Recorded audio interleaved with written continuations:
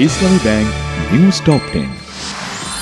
পরিকল্পিতভাবে দেশে অস্থিতিশীল পরিস্থিতি সৃষ্টির জন্য মিটফোর্ড হত্যাকাণ্ডকে রাজনৈতিক দূরভিসন্ধি বাস্তবায়নে ব্যাহত হচ্ছে বলেছেন বিএনপি মহাসচিব মির্জা ফখরুল ইসলাম আলমগীর।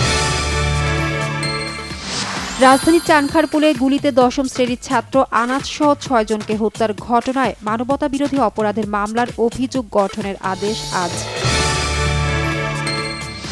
রাজনৈতিক কমিশনের সাথে ঐক্যমত্য কমিশনের 13তম দিনের বৈঠক চলছে। জুলাই আন্দোলনে নারীদের অবদান স্মরণে জাতীয় সংসদে নারীদের আসন আর দ্বিকক্ষ নিয়ে আলোচনা।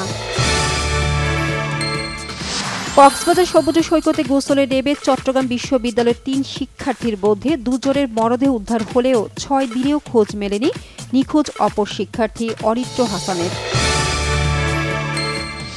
খুলনায় অপহরণের 5.5 ঘণ্টা পর হাত পা ও চোখ বাঁধা অবস্থায় উদ্ধার করা হয়েছে খাদ্য পরিদর্শক সুশান্ত কুমার মজুমদারকে। বান্দরবানের সদর উপজেলার রাংলাই হেড মেমরো পাড়ায় বিদ্যুতের ট্রান্সফরমার বিস্ফোরণে একই পরিবারের 2 জন সহ মোট 3 জনের মৃত্যু। জুলাই গণঅভ্যুত্থান পুনর্জাগরণের অনুষ্ঠানকে ঘিরে বাড়তি চাপের কারণে মেট্রো রেলে ঢাকা বিশ্ববিদ্যালয় স্টেশন আজ বিকেল থেকে বন্ধ রাখার সিদ্ধান্ত কর্তৃপক্ষের।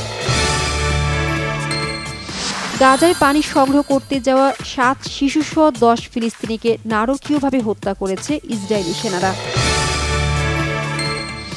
যুক্তরাষ্ট্রের কেন্টাকি অঙ্গরাজ্যের একটি গির্জায় বন্দুকধারীর গুলিতে 2 নারী নিহত হয়েছেন, আহত আরও 2 জন।